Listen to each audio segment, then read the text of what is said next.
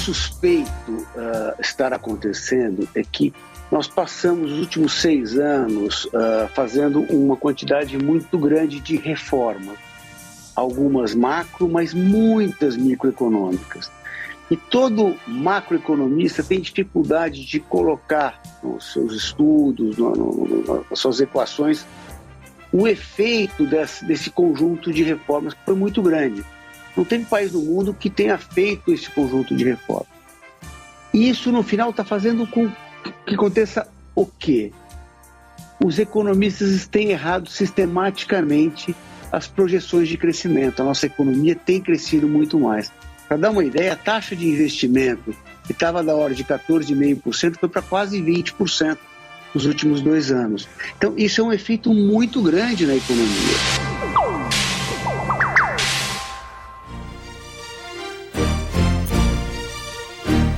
Temos uma economia robusta ainda do lado do agronegócio, já sem força na indústria, com alguma resiliência nos serviços e o consumo das famílias mostrando que também perde força nesse cenário.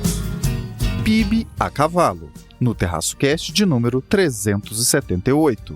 A vinheta inicial é Luiz Fernando Figueiredo, ex-diretor do Banco Central, comentando na CNN sobre a divulgação do recente PIB para o primeiro trimestre, que surpreendeu para cima, e Thaís Herédia resumindo essa situação na BMC News.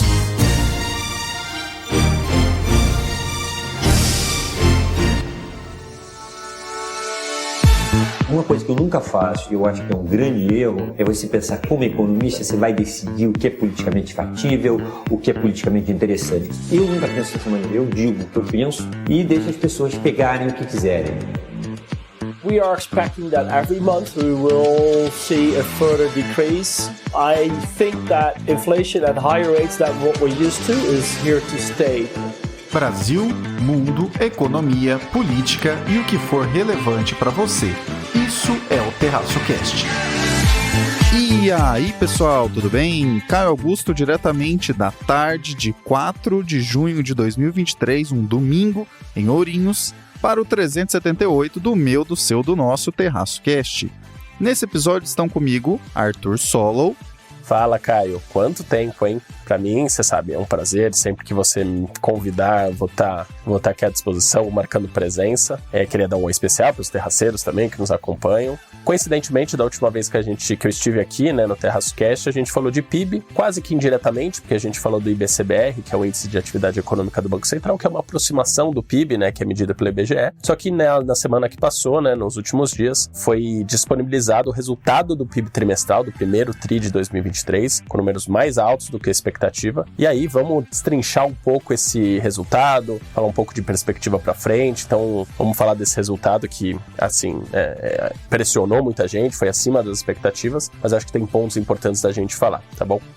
Arthur, presente aqui no podcast, geralmente é notícia positiva no PIB. Também nossa correspondente internacional, Renata Couto. Olá, terraceiros! Oi, Caio! Oi, Vitor, bem-vindo de volta. Oi, Fernanda. Aqui, como vocês sabem, Renata falando da Califórnia, trazendo, como sempre, o Boletim Internacional. E essa semana com 2 boas notícias para vocês. A gente vai falar, finalmente, da definição aí do teto de gastos aqui nos Estados Unidos e também da inflação na Europa. Isso mesmo, continuando uma questão que não acabou e ainda vai longe e outra que traz certo alívio. E também Fernanda Mello. E aí, terraceiros, como vocês estão? Muito prazer estar aqui com meu amigo Caio, Vitor e Rê em mais um episódio. Maravilha, pessoal. Vamos ao 378. Arthur, IBGE divulgou que o PIB no primeiro trimestre de 2023 surpreendeu para cima. O que tem nesse crescimento? Vamos lá, Caio, desse assunto bastante coisa para comentar.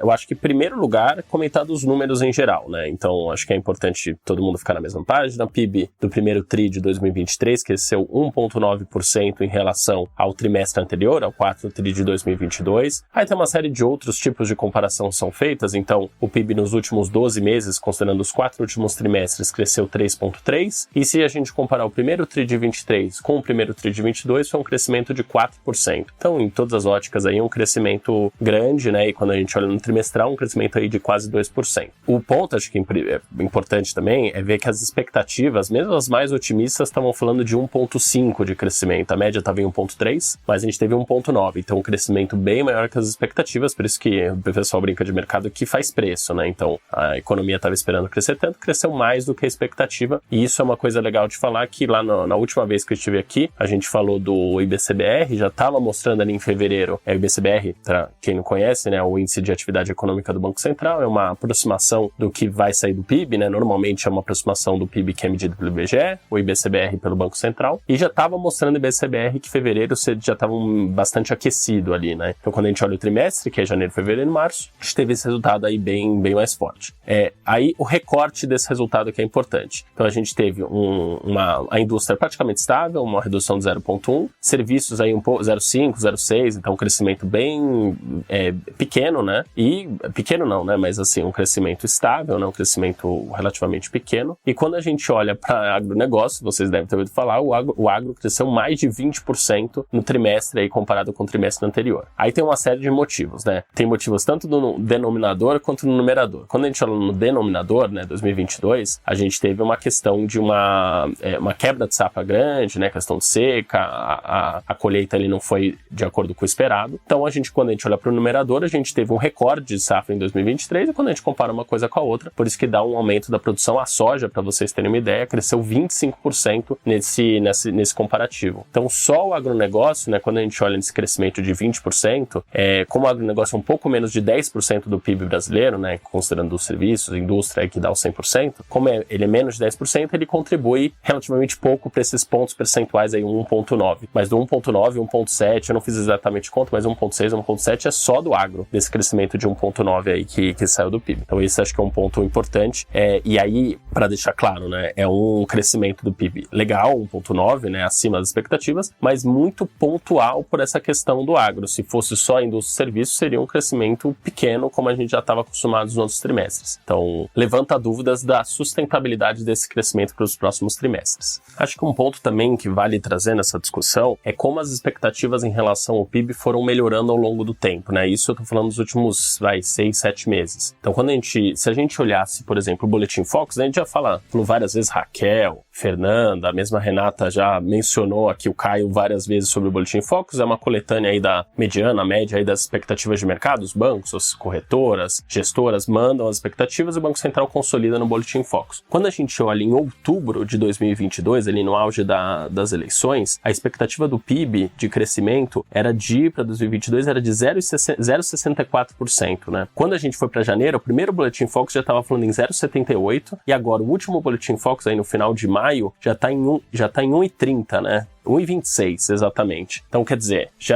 o próprio mercado já está estimando.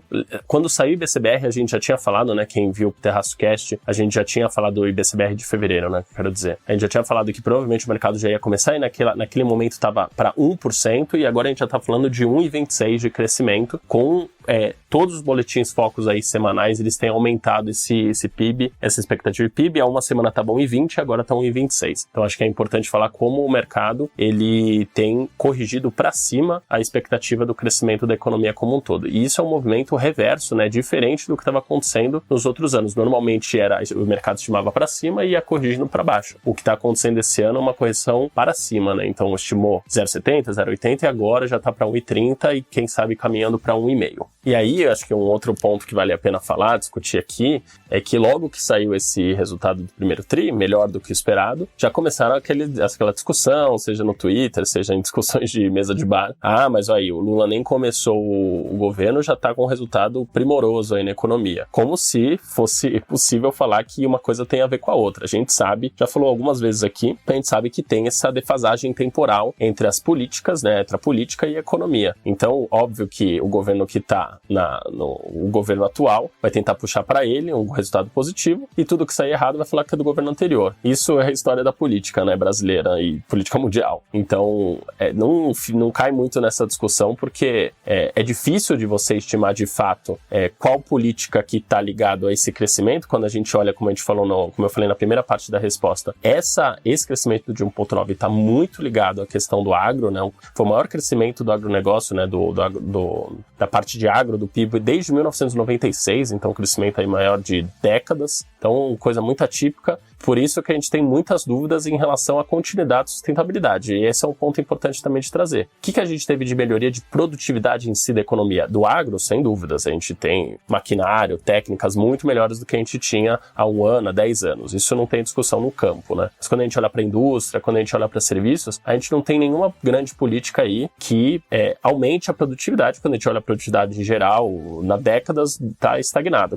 Isso é importante falar do agro. O agro tem talvez uma das maiores produtividades mundiais, mas o agro é menos de 10% do PIB. Então, quando a gente olha a produtividade geral da economia, o serviço, a indústria, mesmo o comércio, tem um papel importante para trazer a produtividade para cima. Então, acho que esse é um ponto importante. A gente não tem nenhuma política voltada para aumentar a produtividade geral da economia. Aí, políticas tem várias, né? Você pode abrir a economia, né, para produtos estrangeiros. A gente não tem feito isso, a gente está fazendo pelo contrário, né? A gente está restringindo produtos estrangeiros. A gente está apostando numa política aí de carros mais baratos, que não está focalizando, né, a política pública. Então, a gente está indo pelo caminho contrário. Então, por isso que a gente tem que ter muito cuidado quando a gente olha o resultado do PIB, não frustrar as expectativas para frente, porque não existe nenhum movimento estrutural, vamos dizer assim, de política pública, um desenvolvimento direcionado aí para a gente ter aumento da produtividade, aumento de investimentos, de recursos, para que a economia cresça sustentavelmente 3%, 4%. A gente está longe disso. Mas olha só, se a gente olhar pelo lado do copo meio cheio, uma coisa que a gente precisa destacar é a enorme resiliência que a economia brasileira tem mostrado, mesmo a um cenário adverso aí macroeconômico. Então a gente está falando aí de meses que a gente tem, além das brigas aí, Banco Central, né, o Campos Neto com Lula, com o governo, a gente tem meses aí de juros muito altos, né, não são os mais altos que a gente já teve, mas juros reais de 9%, 8% aí, que é um número bem alto ao ano. Então,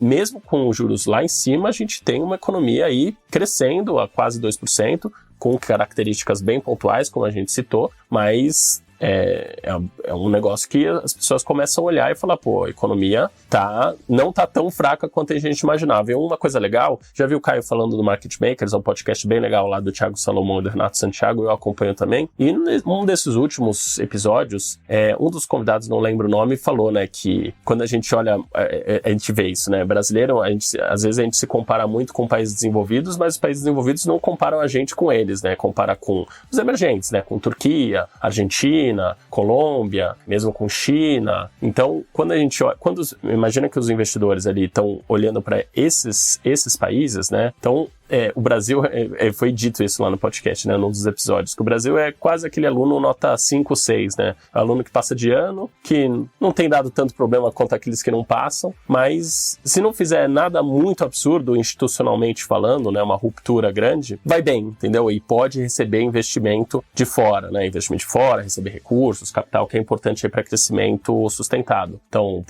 esse é o ponto, né, comparar com a Turquia, com um monte de problema, teve eleição agora e questões políticas muito fortes ali na Turquia, desvalorização da lira e outros pontos aí mais institucionais. A Argentina nem se fala, uma inflação galopante, um problema estrutural da economia que não se resolve há governos, né, vários governos. Mesmo a África do Sul, né, China, seus problemas ali políticos. Então, o Brasil, claro que você teve uma mudança de espectro político no governo, mas teve o arcabouço, deu uma acalmada ali, pelo menos você tem uma regra fiscal, a Raquel já falou aí várias vezes sobre isso. Então, acho que fica naquele ponto, né? Então, não sei se é exatamente essa explicação para por que a economia tem crescido tanto, mas eu gostei dessa analogia com o aluno nota 6 ali, que não dá muito problema, o pessoal não repara muito, mas depois ali ele começa a se destacar e ele não tem tantas questões aí como o resto da sala. E no final é comparativo, né? Quantas vezes a gente vê análises que são meramente comparativas. Você tem um recurso, você tem que investir, né? Tem que alocar em algum lugar, você aloca, às vezes, no mesmo no menos problemático, vamos dizer assim. Então, essa é uma das justificativas das hipóteses aí que eu ouvi de por que a economia brasileira tem sido resiliente. Eu acho que outro ponto que é importante falar também, a balança comercial absolutamente, incrivelmente alta, né? Então, um pouco desse resultado do agro, mas a gente falava antes de balança comercial anual de 20, 30 bi, a gente está falando de 100 bi já, né, de superávit, vindo aí principalmente do agronegócio. Então, acho que tem pontos aí, commodities, né, também. Então, tem pontos importantes aí que mostram que o Brasil pode estar num ciclo até mais positivo do que o mercado e os analistas estavam estimando. O agro, como vocês viram na vinheta inicial, no título do episódio e até na imagem especial desse episódio, foi o que puxou a coisa toda. Um crescimento acima de 20% em um trimestre, o maior número do tipo em décadas. O lado positivo é que, com isso, tivemos uma surpresa positiva no agregado do PIB e, em termos de arrecadação, fica mais fácil entender as surpresas que temos observado também. O lado negativo é que os outros 2 itens que compõem o PIB, serviços e indústria, não tiveram resultado muito legal, a coisa não anda muito boa por lá. Em todo caso, de fato, a pontuação que você ouviu na abertura faz muito sentido. Dadas as reformas realizadas nos últimos anos, temos há basicamente 1 ano e meio efeitos microeconômicos não tão bem captados pela macroeconomia, ou, em bom português, como o ambiente de negócios ficou menos a risco e o nível de investimento em relação ao PIB aumentou nos últimos anos, a economia real do dia a dia tende a ter uma resiliência maior do que tinha anteriormente a esses movimentos recentes de reforma. O outro lado dessa questão está na dupla juros nas alturas, cujo caminho é de descida, mas com efeito de delay, né? Os juros caem, mas o efeito disso demora meses para entrar na economia. E, claro, a criatividade governamental para inventar moda em momento inesperado. E, especificamente nesse segundo caso, o que pode ser complicado é o possível efeito crowding out que se aproxima. Esse efeito é mais ou menos o seguinte: existem investimentos que podem ser feitos pelos governos ou pela iniciativa privada. Porém, quando o governo decide que quer atuar mais diretamente em certas áreas, em certos investimentos, que poderiam ser tocados com maior eficiência pela iniciativa privada, o que acontece é uma queda de incentivos, e isso, no final das contas, tem como um dos efeitos esperados a queda do nível de investimentos agregado. Afinal de contas, sim, o governo pode aumentar o investimento na economia, mas tem uma capacidade menor do que o agregado de agentes privados na economia para fazer isso. Não é a coisa mais trivial do mundo de ser entendida, mas o efeito agregado possível de um governo criativo e cheio de vontade de agir onde poderiam agir agentes privados é a queda do nível geral de investimentos. E como bem visto, isso pode reverter a marcha positiva de crescimento que não tem sido bem captada pelos modelos macroeconômicos. Vale apontar algo importante. Arthur citou que recentemente comentamos em um episódio sobre o PIB vindo positivo, e na verdade lá era o IBCBR, mas existe outro episódio de setembro de 2022, o de número 336, no qual discutimos os porquês dessa questão do crescimento da economia ser relacionado com a agenda micro. A Raquel é quem comenta sobre isso no último assunto do episódio 336. Volta lá para ouvir. A ver como as coisas se desdobrarão mais adiante, mas de fato a economia brasileira está mais resiliente do que imaginávamos. A ver se o governo atual será criativo o suficiente para desfazer essa onda positiva.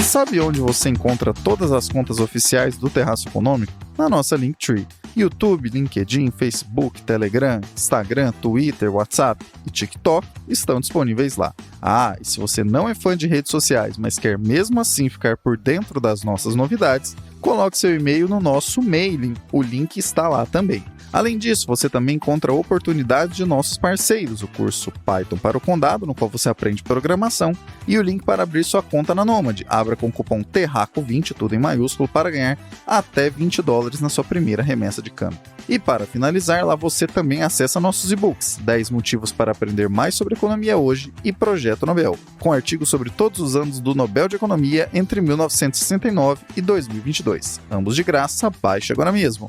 Não deixe também de seguir as pessoas que participam dos episódios do Terraço Cast e se dedicam semanalmente a trazer as análises que você ouve aqui conosco.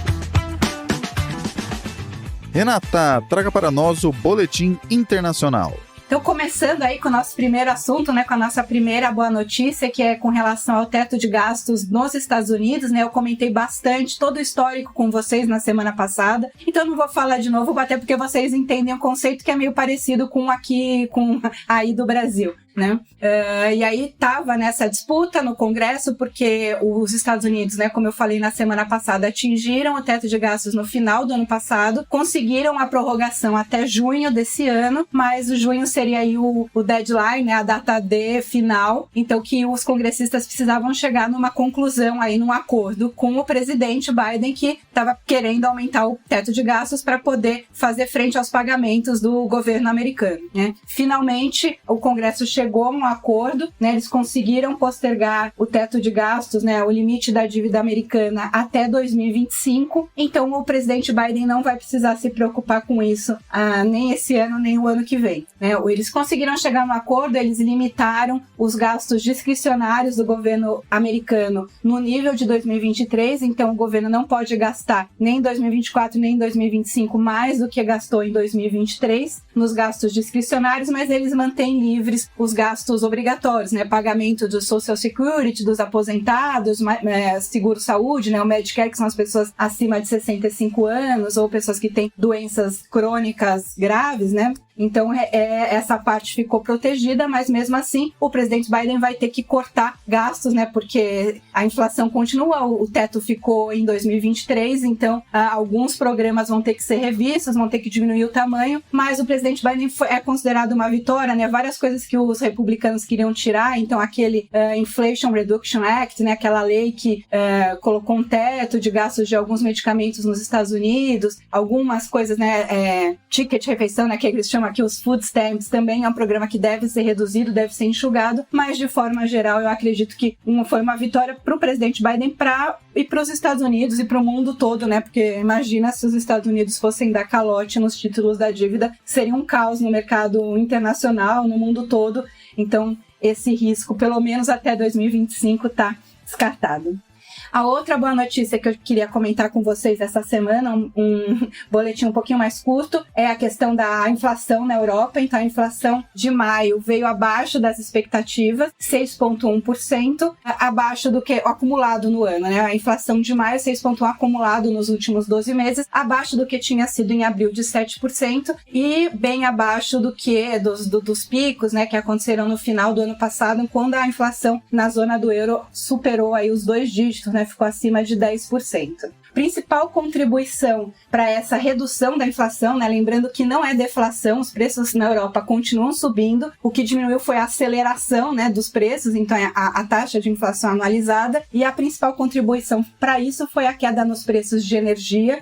A energia caiu cerca de 7% na zona do euro, devido a uma diversificação, né? Os países da Europa fizeram todo um esforço de modificar aí a matriz energética para ter outras fontes, não ficar tão dependente do gás da Rússia, das fontes de energia russa. Então isso acabou contribuindo para uma queda da inflação. O preço do petróleo também ajudou, né? Como vocês sabem, acompanharam no Brasil, o preço do petróleo também caiu no mês de maio e isso também acabou ajudando nessa inflação mais baixa, né? O mercado previa cerca de 6,3% e acabou vindo 6,1%. Alguns preços continuam subindo muito, como por exemplo é o caso do preço dos alimentos. Em maio ficou 12%, então ainda subindo muito o preço dos alimentos, mas essa queda no preço de energia acabou compensando e aí gerando uma inflação total, né? A gente sabe que a inflação é uma cesta de produtos, então a inflação acabou ficando mais baixa. Isso gera uma expectativa para, pelo menos, né, se não vamos falar em queda de juros aqui na zona do euro ainda, mas pelo menos a expectativa é que o Banco Central Europeu ainda aumente os juros na próxima reunião em junho, mas quem sabe em julho já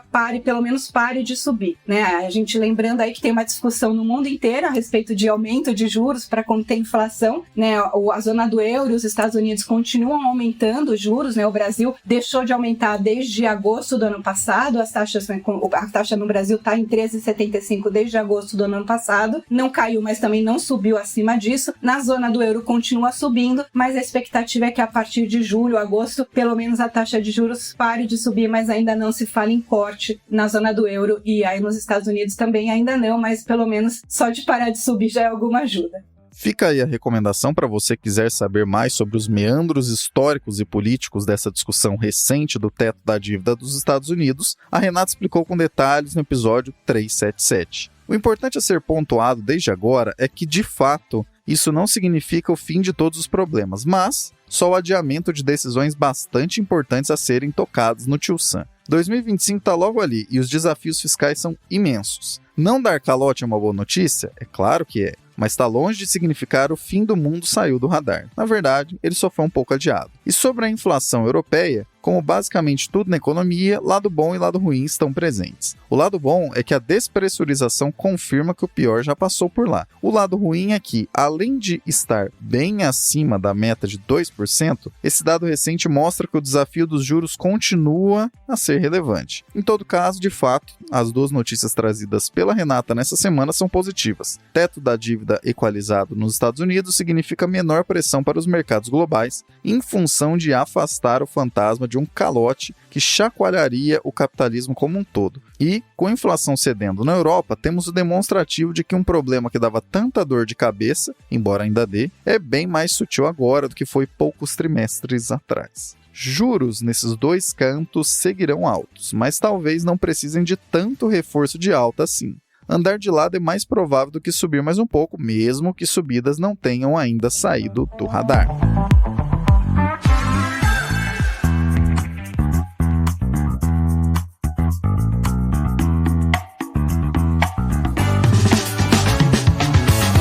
Já pensou em ter um conteúdo do Terraço Econômico associado à sua marca e sendo apresentado a centenas de milhares de pessoas que nos acompanham todos os anos? Confira na nossa Linktree o item Contrate o Terraço. Conteúdos em texto, vídeo, áudio, posts de divulgação e parcerias. Tudo isso alinhado para amplificar seus resultados e com a qualidade de quem tem compromisso com você. Gostou? Nos chame porque juntos faremos acontecer. Fernanda, NVIDIA foi a 10ª empresa a alcançar $1 trilhão em valor de mercado. Como isso aconteceu? Em abril, o CEO do Google declarou que a magnitude da mudança que a inteligência artificial vai trazer para a humanidade é do mesmo nível de quando o ser humano começou a controlar o fogo. Vocês devem ter visto que na conferência anual do Google, eles mencionaram o termo inteligência artificial várias vezes. Alguma pessoa contou que foram 140 vezes que eles repetiram o termo inteligência artificial durante essa apresentação aí de 2 horas, sem medo de ser enfático, repetitivo, e isso acabou gerando um bom resultado. As ações do Google responderam bem logo em seguida. Mas, se a inteligência artificial é o novo fogo, parece que está faltando carvão aí. Porque não é de hoje que eu falo com vocês da problemática da escassez dos chips. E os chips são a força vital dos novos sistemas de inteligência artificial. E tudo isso desencadeou uma corrida para tentar arranjar chip para quem quer desenvolver novos sistemas com base na inteligência artificial. E os chips gráficos, ou GPUs, são usados para inteligência artificial e são quase todos fabricados pela NVIDIA. Só que, ao contrário da Apple, do Google, da Microsoft, a NVIDIA não é um nome tão familiar ou popular, apesar de que ela produz dispositivos de consumo, de serviço, de internet, e acaba que todo mundo usa no dia a dia, mas não presta atenção. Se você for olhar aí no seu computador, deve ter um adesivozinho da NVIDIA. No meu aqui tem. E nos bastidores dos chips da NVIDIA, a gente sabe que existe uma corrida aí. Eles já são usados para computador, para carro, para robô, mas o boom na demanda pelos chips ultrapassou ainda mais a quantidade disponível, assim, fisicamente, com o sucesso viral aí do ChatGPT. É um famosíssimo chatbot que é capaz de responder as perguntas de uma maneira humana e agradável para o usuário, e o ChatGPT foi esse boom estrondoso, viral, que ultrapassou todas as barreiras do sucesso, com 1 milhão de usuários em uma semana. Então dá para ver o tamanho da força da inteligência artificial. E durante as minhas pesquisas eu vi um comentário que foi perfeito, que é o papel higiênico durante a pandemia. E aí, meu amigo, quando quando tem escassez é sobre quem você conhece, né? São contatos. Ou, como diria minha mãe, assim, em português do Brasil, farinha pouca, meu perão primeiro. E aí vem a corrida. Nessa situação que restringiu o poder de processamento que os provedores de serviço em nuvem, tipo Amazon e Microsoft, podem oferecer, a gente viu uma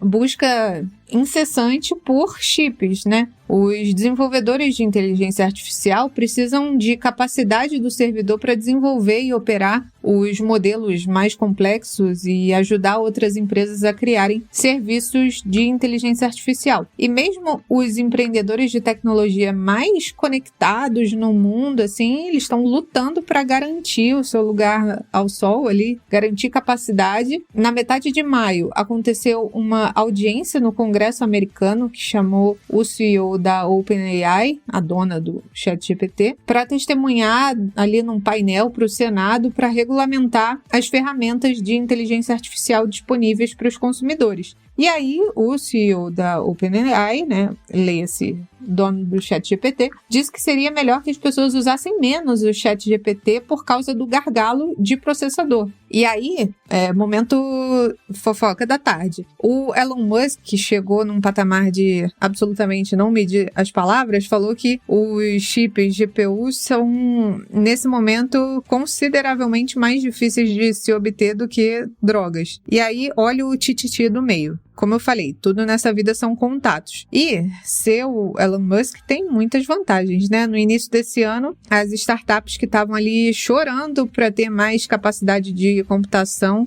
da Oracle, que é aquela empresa conhecida pelo CRM, eles foram informados que um grande comprador tinha abocanhado uma grande parte do espaço livre do servidor da Oracle. E o comprador, adivinha quem é? Era o Elon Musk, que está construindo o seu próprio rival, a OpenAI, que seria o xAI. E aí, meus amigos, o acesso a dezenas de milhares de chips gráficos avançados é crucial para as empresas que tenham grandes modelos ou pretensões com a inteligência artificial para gerar todo tipo de trabalho mais avançado. Os chips gráficos da NVIDIA são muito bons para fazer muitos cálculos simultaneamente, o que é crucial para o trabalho da inteligência artificial. Os analistas do UBS estimaram que uma versão anterior do ChatGPT exigia mais ou menos 10 mil chips gráficos. E o Elon Musk estima que uma versão atualizada,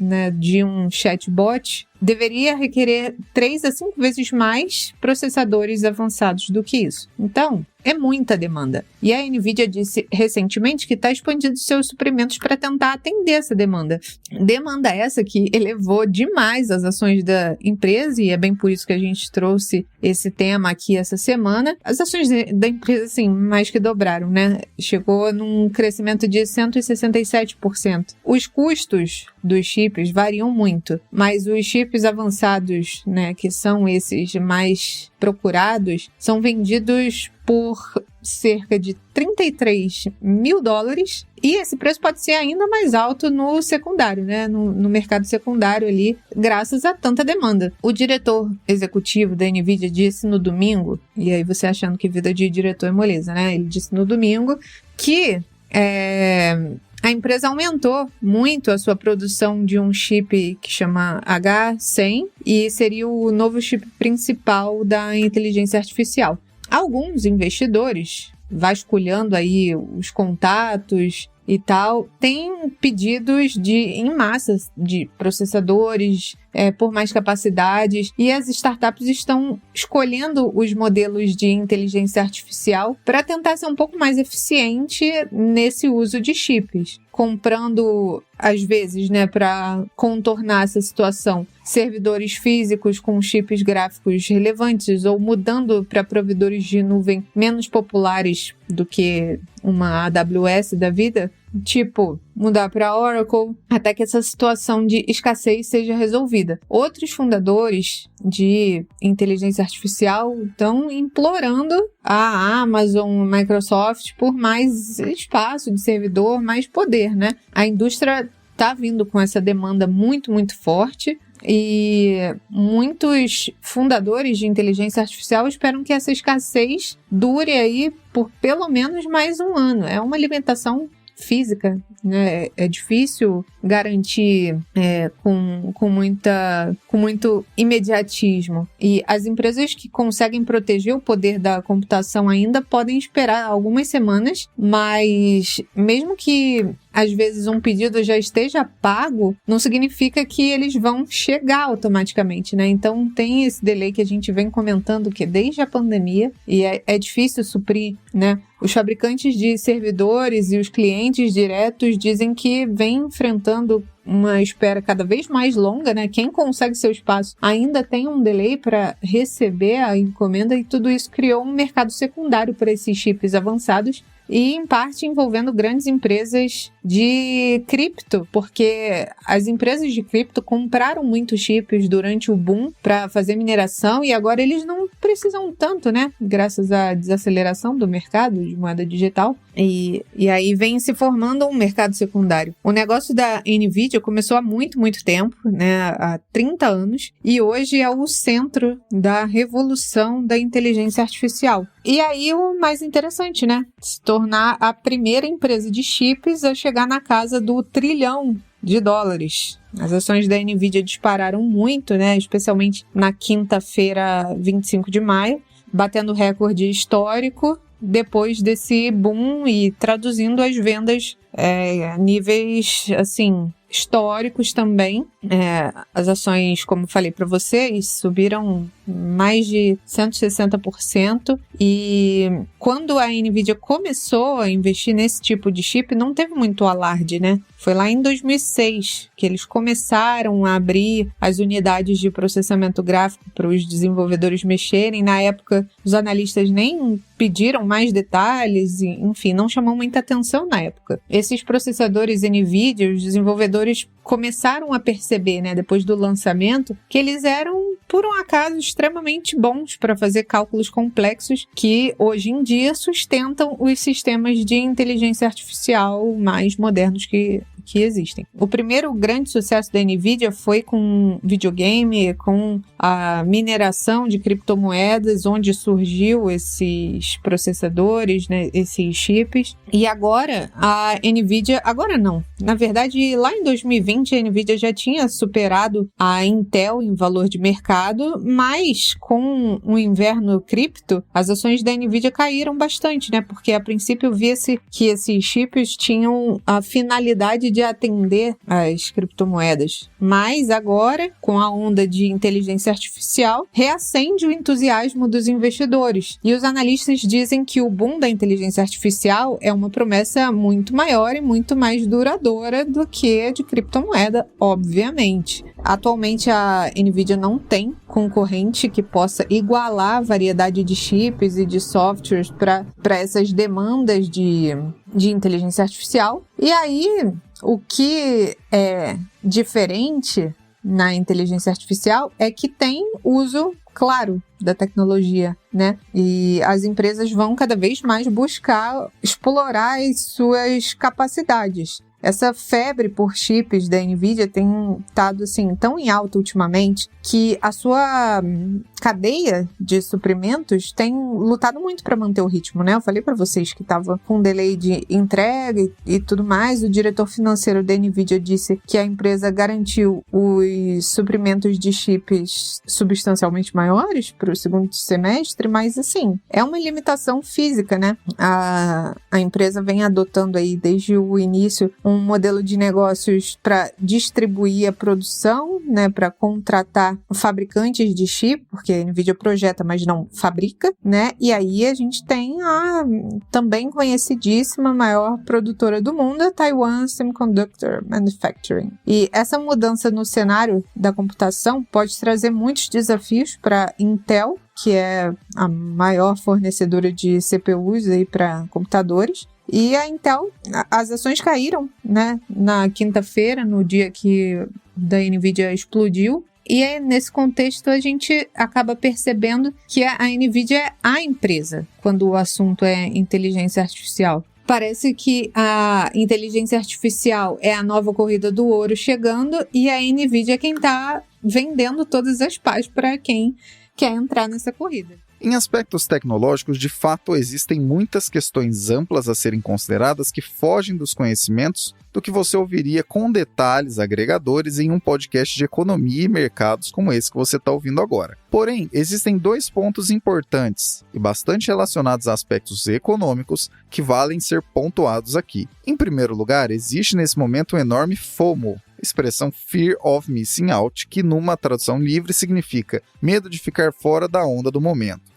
Existe um enorme FOMO a respeito de inteligência artificial e processamento dessa quantidade imensa de dados, e isso puxa mesmo não apenas as atenções, como também os preços das ações para cima, da NVIDIA, que fabrica esses chips, e das Big Techs que falam desse assunto o tempo todo agora. O segundo ponto é um alerta a quem só toma decisões de curto prazo. Oferta e demanda são itens que vão variando como uma gangorra, e frente a uma enorme demanda por qualquer coisa, todo mundo que puder ampliar a oferta irá fazer isso, mesmo que demore um pouco. O delay atual observado nesse mercado, como a Fernanda bem trouxe, é de 1 ano. Nenhuma empresa irá deixar esse gap enorme porque abriria espaço para a concorrência. E, se não tem concorrência porque o que você produz é muito específico, você não será tolo de deixar dinheiro na mesa, vai aumentar a produção para melhorar seus resultados. Mas, o que acontece após esse encontro? Ou pelo menos maior aproximação da oferta com a demanda. Isso mesmo, normalização dos preços. Acontece com commodities, acontece com frete marítimo, acontece com produtos que você encontra no supermercado, e a não ser que a demanda siga rumo aos céus em velocidade que ainda nem saibamos, o que inclusive tem a ver com aspectos tecnológicos e não econômicos, por isso que fizemos esse disclaimer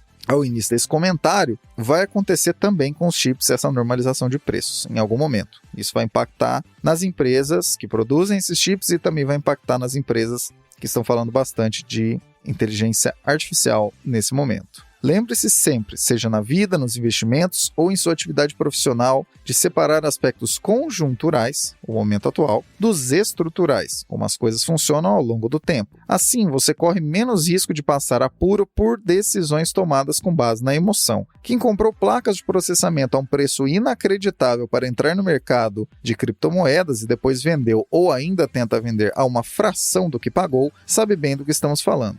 Leve isso em consideração caso, após uma alta dessa magnitude, você pense, é a hora ideal de entrar para esse clube. Poucos anos atrás, isso complicou a vida de uma porrada de gente que decidiu que era hora de entrar comprado numa varejista que ninguém entendeu o porquê de ter subido tanto, e quando voltou à normalidade, também deixou muita gente confusa. Impossível pedir outro emoji nesse episódio. Você que ouviu até aqui, me manda em qualquer uma das minhas redes sociais, em todas elas estou como Caio, AUGSTOR, um emoji de cavalo. Salve para quem enviou o emoji pedido no episódio 377. Felipe Milanês e Victor Iglesias, que enviaram o emoji de estrada, ou seja, não botam fé no programa do carro novo, e Lica Melier, que enviou o emoji de carro, ou seja, bota fé no programa do carro novo. E um detalhe que eu achei interessante aqui também, vou mandar um salve aqui para o Ismael Ribeiro, que enviou um emoji de gato, porque curtiu a analogia do título. Quer seu salve aqui? Só seguir a regra que acabei de te contar. Agradecendo a essas mentes que trouxeram conhecimento a vocês, todos que nos ouvem no episódio 378. Obrigado, Arthur. Então é isso, né, Caio? Acho que a gente deu um bom panorama aí, um bom resumo do resultado do primeiro TRI aí de 2023 do PIB, as coisas que estavam mais ocultas, as coisas que estavam mais evidentes nesse resultado. E você sabe, tô às ordens aí, sempre que você quiser, um prazer aqui tá participando do TerraçoCast, tá bom? Um abraço para todo mundo aí. Raquel segue de férias na próxima semana. Quem sabe não teremos Arthur novamente em... Obrigado, Renata. Um beijo e até semana que vem. E também obrigado, Fernanda. Valeu, Caio. E na semana passada a gente fez um episódio espetacular. Quem ouviu. E uma das pessoas que ouviram e me mandaram uma mensagem lá, agradeço muito, o Felipe Milanes. Aqui fica meu abraço. E se você quer ouvir o seu nome aqui no Terraço Cast, receber um grande abraço dessa equipe maravilhosa, é só me mandar lá no Instagram, @sigafefa, um emoji de computador. E aí eu vou saber que você ouviu esse episódio completo sobre a corrida do ouro na internet. Valeu, galera. Grande abraço. Importante sempre relembrar, estamos abertos para feedbacks de qualquer natureza, tanto nas redes do Terraço Econômico quanto nas das pessoas que deste podcast participam. Fica a dica. Gostou do que ouviu? Manda para alguém e vamos aumentar a base de pessoas que ouvem este glorioso podcast. Afinal de contas, é para você que nos ouve que produzimos tudo isso. Abraço pelas ondas sonoras, até o próximo episódio.